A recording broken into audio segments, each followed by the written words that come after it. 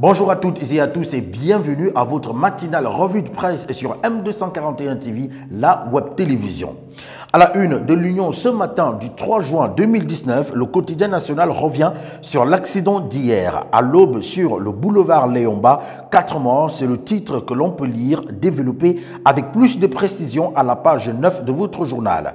GabonActu.com précise que cet accident est survenu après qu'une voiture de marque Mercedes ait brûlé un feu tricolore avant de percuter celle dans laquelle se trouvaient les victimes. On peut également lire sur le même site Gabon Actu que les épreuves du CIP et du BPC seront retardées à cause du Ramadan et de la Pentecôte, épreuves qui débuteront respectivement le jeudi 6 juin et les 11 et 14 juin prochains, suite à l'incertitude sur la fin du Ramadan et la célébration de la Pentecôte le 10 juin prochain. GabonReview.com se concentre quant à lui à la nouvelle hausse du prix du carburant. Le site d'information en ligne précise que les prix des produits pétroliers ont augmenté pour ce mois de juin de 40, 45 et de 55 francs CFA, une augmentation record depuis le début de l'année. Une augmentation d'ailleurs dont la coalition des transporteurs terrestres prend acte selon l'Union qui précise à sa page 6 que pour cette coalition, cette augmentation vient sans doute alourdir leurs charges.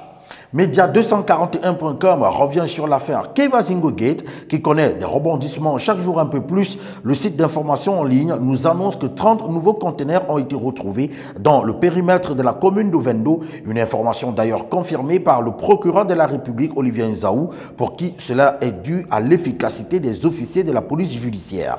De l'autre côté, l'Union annonce la sortie du Parti écologique gabonais qui appelle à la levée de l'immunité parlementaire des élus concernés par l'affaire Kevagate.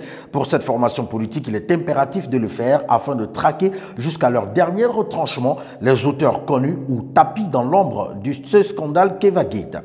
Nous finissons ce matin avec, comme le mentionne le quotidien national, la visite de Louise Mushikiwabo de la francophonie depuis hier à Libreville.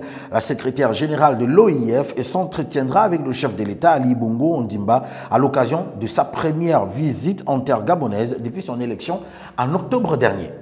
Et voilà qui vient mettre fin à cette revue de presse. Merci de nous avoir suivis. Restez toujours en compagnie des programmes de M241 TV, la web télévision. Au revoir.